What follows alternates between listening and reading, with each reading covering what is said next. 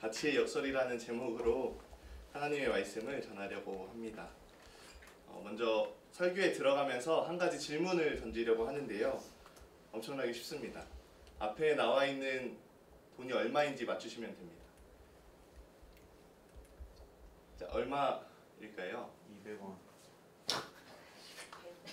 200원 누가 말씀하셨죠? 아, 제가 100원을 생각하고 갖고 왔는데. 지호요? 맞네. 네. 200원도 네, 200원이네요. 그렇습니다. 당황스러운데, 네, 맞고요. 200원이고요. 자, 다음은 조금 어려울 수 있는 문제. 나를 당황스럽게 하네. 네, 좀 어려울 수 있는 문제인데요. 이게 얼마처럼 보이시나요? 어렵다고 하니까 대답하기 좀 그러시죠. 500원처럼 보이시죠? 그런데 이 돈의 가치는 100만 원에서 300만 원까지 한다고 합니다. 어떤 것 때문에 그런지 한번 눈치를 채셨나요? 1998년. 지호가 이 돈에 굉장히 관심이 많은 것 같습니다. 네, 맞습니다. 1998년도 우리나라는 어떤 상황에 있었죠? IMF가 있었죠. 그래서 사람들이 한국은행에 이제 돈을 바꾸기 위해서 동전을 굉장히 많이 가져왔다고 합니다. 돈을 바꾸기 위해서. 자기의 돈을 얻기 위해서 이렇게 가져왔는데, 그래서 이제 동전이 너무 많다 보니까 1998년도에는 이제 500원짜리 동전은 발행하지 않겠다라고 한 겁니다. 그래서 500원짜리 동전을 발행하지 않았는데요. 당시에 해외 홍보용으로 주화로만 8,000개만 딱 이제 발행을 했고요. 보통 당시에 한 해에 몇 천만 개에서 1억 개가 넘는 동전들을 이렇게 발행했던 걸 보면은 8,000개는 굉장히 적은 숫자인 것이죠. 이렇게 딱 500원이라고 딱 쓰여져 있는데 이 돈이 500원이 아니라 100만 원이 넘는 수백만 원에 호가하는 그런 가치를 가지고 있는 이유가 무엇일까요? 아마 희소성 때문일 것입니다. 애덤 스미스는 그의 책 국부론에서 가치의 역설이라는 개념에 대해서 이야기하였는데요. 그는 물과 다이아몬드를 통해서 가치의 역설에 대해서 이야기합니다. 여러분이 살아가면서 물과 다이아몬드 중에 딱 하나만 가질 수 있다면 무엇을 고르실 건가요? 물을 고르시겠죠? 네. 물은 살아가면서 너무나 많이 쓰입니다. 살아가면서 우리에게 꼭 필요한 자원입니다. 그런데 다이아몬드는 사실 그렇지 않습니다. 다이아몬드는 살아가면서 그렇게 필요한 물건은 재화는 아닐 것입니다. 그런데 사람들은 거래를 할 때 효용성이 훨씬 높은, 우리가 살아가는데 꼭 필요한 이 물보다도 효용성이 훨씬 낮은 이 다이아몬드를 훨씬 비싼 가격으로, 높은 가격으로 거래하는 것을 보면서 애덤 스미스는 이를 보고 가치의 역설이다라고 표현한 것입니다. 왜 다이아몬드를 더 비싸게 거래할까요? 단순히 예쁘기 때문만은 아닐 것입니다. 이 다이아몬드 또한 희소성을 가지고 있기 때문이죠. 물은 쉽게 구할 수 있지만 다이아몬드는 전 세계적으로 무척이나 적게 존재하기 때문입니다. 저도 지금 다이아몬드를 하나 가지고 있는데요. 여기 결혼할 때 맞췄던 결혼 반지에 다이아몬드가 이렇게 작게 박혀 있습니다. 여기 작게 좀 박혀 있는데 보이시나요? 믿음의 눈으로 보셔야 보입니다. 네. 저는 다이아몬드가 사실 굉장히 비쌀 줄 알았거든요. 그런데 요만한 다이아몬드는 충분히 저도 구매할 수 있게 했더라고요. 그래서 이제 구매를 하고 이게 다이아몬드라는 거구나 하면서 이게 믿음을 가지고 이렇게 볼 때 잘 보이지 않지만 참 행복함을 느꼈습니다. 여러분도 이런 금이나 은이나 이런 보석 같은 것들을 가지면 우리는 굉장히 행복해합니다. 왜 그럴까요? 그것이 그만큼 희소하고 그만큼 가치를 가지고 있기 때문입니다. 그런데 오늘 본문에서 모세가 말하고 있는 하나님은 너무나 놀랍습니다. 쉐마 이스라엘, 이스라엘아 들으라 라고 시작되는 이 본문은 유대교 역사에서 그리고 오늘까지도 유대인들에게 너무나 중요하게 여겨지고 있는 본문입니다. 우리 4절 말씀 함께 읽어볼까요? 함께 읽겠습니다.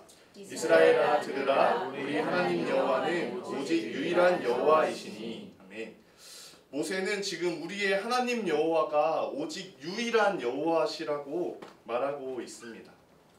우리가 너무나 귀하게 여기고 가지면 너무나 행복하다 여기는 금이나 다이아몬드보다도 비할 수 없는 오직 유일한 한 분이 여호와 하나님이라고 말하고 있는 것입니다. 그리고 이어지는 5절에서 그 하나님을 마음과 뜻과 힘을 다하여서 사랑하라고 말하고 있는데요. 이를 조금 더 직역하면 너는 너의 모든 마음을 다하여서, 너는 너의 모든 뜻을 다하여서, 너는 너의 모든 힘을 다하여서 여호와를 사랑하라 라고 말하고 있다고 볼 수 있습니다.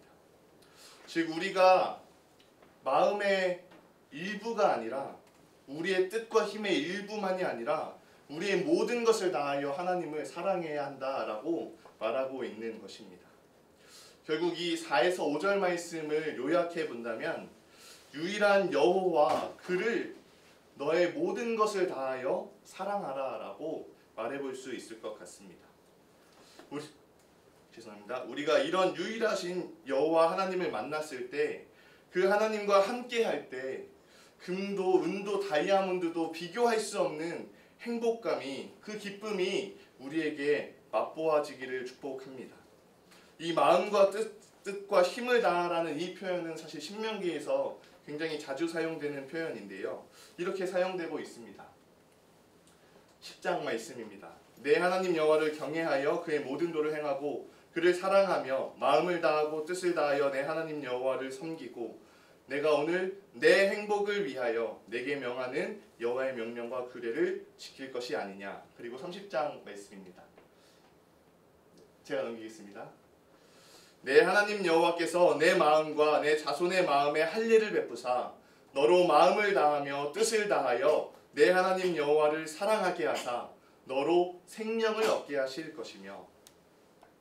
모세가 마음을 다하고 뜻을 다하여서 라고 말하면서 표현하고 있는 것, 그가 말하고 있는 것은 그렇게 모든 것을 다해서 하나님을 사랑하고 또 하나님을 섬길 때 진짜 행복이 있다, 여기에 진짜 생명이 있다라는 것을 우리에게 이야기하고 있는 것입니다. 행복한 수요기도회에 오신 여러분, 우리가 이 하나님으로 인해서 정말 행복했으면 좋겠습니다. 다른 무엇도 아니고 하나님으로 인해서 행복하다고 우리가 이야기할 수 있었으면 좋겠습니다. 세상에서 말하는 가치들로 행복하기 전에 내가 이 다이아몬드를 가지고 있고 금을 가지고 있고 이것으로 행복하다고 말하기 전에 먼저 하나님으로 인해서 행복하다고, 전심으로 모든 삶을 다해 하나님과 함께하는 이 삶이 행복하다고 고백할 수 있게 되어지는 저와 여러분 되기를 축복합니다. 모세는 왜 이스라엘 백성에게 유일한 여호와 하나님이라고 말하고 있을까요? 그가 애굽에서 열 재앙을 내리시는 하나님을 보았기 때문입니다. 열 재앙이 무엇을 상징합니까? 당시 이집트에서 우상으로 여겨지고 있던 나일강과 개구리와 메뚜기와 이들을 다 하나님이 부수시고 오직 진실된 여호와 하나님은 하나님밖에 없다, 여호와밖에 없다라는 것을 하나님께서 보이신 사건입니다. 애굽에서 믿고 따르던 그 모든 우상들을 제하여 버리시고 하나님만이 참된 여호와 하나님이시라는 것을 보여준 사건이 바로 이 열 재앙 사건입니다. 그런데 모세가 이것을 보면서 정말 하나님밖에 참된 신이 없으시구나, 우리의 진정한 구원자 여호와 하나님밖에 없으시구나 라는 것을 느꼈던 것이죠. 그리고 이제 다시 우상이 가득한 저 가나안 땅에 들어가기에 앞서서 그 이스라엘 백성들에게 너희는 저 우상들이 아니라 유일한 여호와 하나님만을 따르라고 지금 이야기하고 있는 것입니다. 그분을 섬길 때, 그 유일한 여호와 하나님만을 사랑할 때 우리에게 진짜 행복이 있다고, 거기에 우리의 생명이 달려있다고 모세는 이야기하고 있는 것입니다. 결국 본문에서 모세가 유일하신 하나님만 사랑하라 라고 말하는 것은요, 다른 것은 사랑하지 말라라는 것이죠. 즉 모세는 이 말씀을 통해서 이스라엘 백성들이 그 가나안 땅에 들어가서 섬기게 될 그 우상들에 대해서 걱정하고 있는 것입니다. 우상을 섬기지 말라라고 말하고 있는 것입니다. 오직 유일하신 여호와 하나님만 바라고 그 여호와 하나님만을 사랑하면서 저 우상들을 섬기지 말라라고 백성들에게 말하고 있는 것입니다. 그러나 이스라엘 백성들은 결국 넘어졌습니다. 그리고 이 땅을 살아가고 있는 우리 또한 수많은 우상을 보고 접하고 살아가고 있습니다. 지금은 소천하신 팀켈러 목사님이 쓰신 책인 내가 만든 신이라는 책에서는 이 세상을 우상이 점령한 사회다라고 표현하십니다. 우상이 점령한 사회에 대해서 이 책에서는 이렇게 묘사하는데요. 사무실이나 헬스장이나 스튜디오나 경기장 같은 신전이 있어 행복한 삶이라는 복을 얻고 애군을 물리치려면 거기서 제사를 드려야 한다. 미모와 권력과 돈과 성취의 신이란 바로 우리 개개인의 삶과 사회 전반에서 신적 위치를 점한 이것들이 아니고 무엇이겠는가. 우리가 아프로디테 동상 앞에 무릎 꿇지는 않을지 몰라도 오늘날 많은 젊은 여성이 외모와 몸매에 과도히 집착한 나머지 우울증과 각종 섭식장애에 시달린다. 실제로 아르테미스에게 향을 피우지 않아도 돈과 성공을 세상 최고의 가치로 떠받들면 우리도 자녀를 일종의 인신제물로 바치는 것이다. 직장에서 높은 자리로 올라가고 더 많은 재물과 위신을 얻고자 가정과 공동체마저 팽개친다. 우리가 무릎을 꿇고 절을 하고 향을 피우면서 제사를 드리진 않을지 몰라도 우리의 마음이 여전히 하나님이 아닌 세상을 원하고 세상을 바라면서 살아가는 것이 바로 고대에서 드려졌던 것과 다를 바 없는 우상 숭배라고 이야기하고 있는 것입니다. 많은 사람들은 나는 잘 살고 있다고, 많은 크리스천들이 나는 믿음대로 교회도 나오고 예배도 드리고 교회 봉사도 열심히 하고 있다고 말하지만 집이나 회사에서 또 사회에서 세상 사람들과는 도무지 구분이 안 되는 모습으로 그들이 원하는 것을 똑같이 원하고 그들이 말하는 것을 똑같이 말하면서 살아가는 것이 바로 우상 숭배라고 말하고 있는 것이죠. 제가 이전 설교 때 한번 제가 예전에는 운동을 엄청 좋아했다고, 그때는 벌써 웃으시는데요. 제가 헬스를 너무 좋아해서 몸이 되게 좋았었다고 말했었는데요. 지금과 같은 반응이었던 것 같습니다. 도저히 믿을 수 없다는 불신의 눈빛으로 저를 보셨었는데요. 그런데 그때는 정말 운동을 열심히 했었습니다. 저는 스트레스를 풀려고 운동을 시작했었고 또 몸도 좋아지고 싶었습니다. 근데 이게 몸이 점점 좋아지니까요, 이 운동을 멈출 수가 없더라고요. 한번 멈추면 내가 지금까지 해온 모든 운동이 다 부정되는 것 같고 다 없어질 것 같았습니다. 그래서 계속해서 운동을 하였는데요. 바로 운동 중독이었던 것이죠. 세상은 운동 중독은 좋은 거라고, 건강한 중독이라고 말하지만 저는 그때 저의 마음이 분명 아프로디테를 섬기고 있었던 우상 숭배자의 마음이었구나 라는 생각을 하게 되었습니다. 운동을 하면 할수록 더 그 운동을 놓지 못하겠고 더 운동에 매달리고 그렇게 살아갔던 것이죠. 지금은 조금 매달려야 하긴 하는데요. 결국 팀켈러 목사님이 말하는 것은 무엇일까요? 이 세상이 정말 우상이 점령한 사회, 우리가 알지 못한 채로 우리 삶에 우상이 너무나 많이 자연스럽게 스며들어 있다는 것입니다. 그리고 자기도 모르게 그런 우상을 섬기고 따르고 있는 우리의 삶에 대해서 경고를 하고 계시는 것이죠.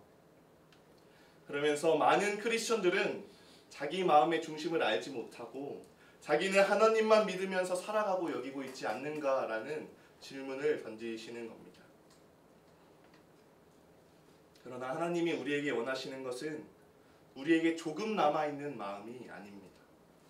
세상에 이것저것에 기웃거리다가 여전히 돈과 성공과 명예를 위해서 아등바등 힘쓰다가 조금 남아있는 마음으로 하나님을 찾기를 바라지 않으십니다. 열심히 세상을 쫓다가 조금 남아있는 열정으로 조금 남은 힘으로 하나님을 찾아오기를 원하지 않으시는 것입니다. 하나님은 우리의 모든 마음과 모든 뜻과 모든 힘을 다해서 그분을 사랑하기를 원하십니다.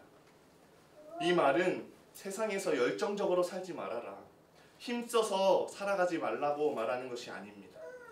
다만 우리의 모든 것을 다해서 하나님을 사랑함으로 그 모든 일들을 감당해야 한다는 것이죠. 모든 것을 다해서 하나님을 믿고 사랑하는 삶은 어떤 삶일까요? 그렇게 하나님을 사랑하는 삶은 일주일에 주일만 딱 떼어서 드리는 것이 그러한 하나님을 믿는 삶, 하나님을 사랑하는 삶이라 할 수 없을 것입니다. 모든 날이 주의 날임을 고백하면서 모든 날 예배하면서 모든 날을 주님께 드리기를 힘쓰는 삶이 정말 주님을 사랑하는 삶일 것입니다. 11조를 내면서 이 재정의 10분의 1만 하나님의 것이라고 고백하는 것이 아니라 모든 것이 하나님의 것임을 고백하면서 나의 것 중에 이 모든 하나님의 것 중에 10분의 1만 내어 드리는 것입니다. 우리가 정말 우리의 모든 것으로 하나님을 사랑할 수 있었으면 좋겠습니다. 온 힘을 다해서 유일하신 여호와 하나님을 사랑하는 우리가 되기를 소망합니다. 유일하신 이 하나님에 대해서 잘 나와 있는 신약 성경의 말씀이 있는데요. 에베소서 4장 5에서 6절 말씀입니다. 우리 함께 읽겠습니다. 주도 한 분이시요 믿음도 하나요 세례도 하나요 하나님도 한 분이시니 곧 만유의 아버지시라. 만유 위에 계시고 만유를 통일하시고 만유 가운데 계시도다. 바울은 하나님이 한 분이심을 강조하고 있습니다. 그리고 그 한 분이신 하나님이 어디에 계시다고 말하고 있죠? 만유 위에 계시고 만유를 통일하시고 만유 가운데에 계시다고 말하고 있습니다. 무소부재하신 하나님, 어디에나 존재하시는 그 하나님에 대해서 말하고 있는 것입니다. 어거스틴은 그의 책 고백록에서 다음과 같이 말합니다. 나는 당신의 작품이 아니라 당신에게 굶주려 있었습니다.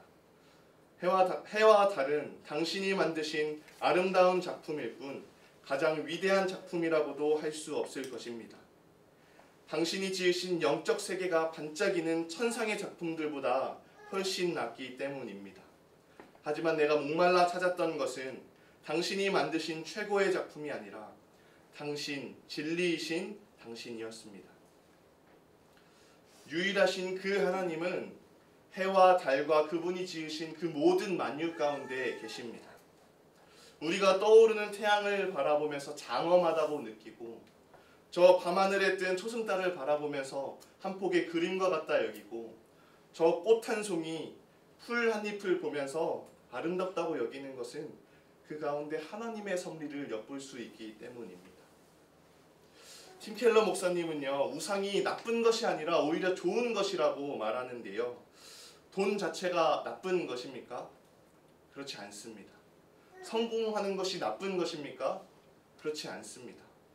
그러나 그것을 좋은 것으로 여기고 그것에 내 마음을 빼앗겨서 그것을 하나님보다 중요하게 여기고 그것을 쫓고 있을 때 바로 그때 그것이 우리의 우상이 된다는 것입니다. 해와 달과 돈과 성공 등을 보면서 우리가 마음을 빼앗기는 이유가 무엇입니까? 그것이 좋은 것으로 여겨지기 때문이죠. 만유 가운데 거하시는 하나님을 통해서 그곳에서 흔히 말하는 하나님의 일반 은총이 느껴지기 때문일 것입니다. 그러나 어거스틴은 그 하나님의 자치와 그 하나님의 작품 그 너머에 있는 하나님 당신을 보기를 원했습니다. 어거스틴이 원했던 것은 태양의 장엄함도 달의 청초함도 아니었습니다. 이 모든 것을 지으신 진리 되신 하나님 그 자체였습니다. 그러나 사람들은 계속해서 하나님이 아니라 그분의 작품만을 구하고 있습니다. 무엇이 중요한지 모른 채로 살아가고 있는 것이죠. 저는 이런 우리의 모습이 애덤 스미스가 말했던 가치의 역설과 같다고 느껴졌습니다.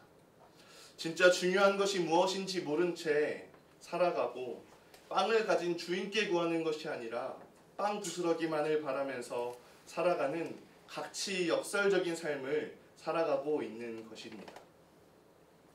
사람들은 돈과 명예를 얻을 때 행복해하지만 진짜 행복은 하나님을 사랑하고 그분을 섬길 때 구할 수 있음을 믿고 그 하나님을 사랑함으로 전심을 다해 사랑함으로 살아갈 수 있는 저와 여러분 되기를 소망합니다. 우리가 정말 하나님을 전심으로 사랑하기를 원하는데요. 그러나 이 우상이 넘치는 시대 가운데 이처럼 하나님을 사랑하는 것은 우리의 힘으로는 결코 감당할 수 없을 것 같습니다. 우상에 점령당한 시대라고 표현하죠. 이런 우상에 점령당한 시대를 살아가면서 매 순간 우리의 마음을 지키는 것은 사실 우리의 힘으로 감당할 수 있는 싸움이 아닌 것입니다. 그런데 앞서 말씀드린 신명기 30장에서는 이렇게 이야기합니다.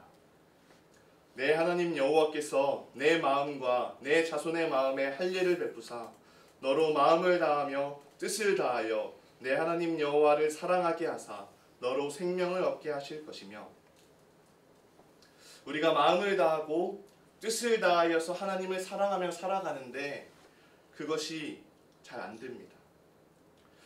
그러나 하나님이 우리의 마음에 할례를 베푸신다고 말합니다. 그리고 하나님이 그 베푸신 할례로 말미암아서 우리가 하나님을 사랑하게 하신다라고 말하고 있는 것입니다.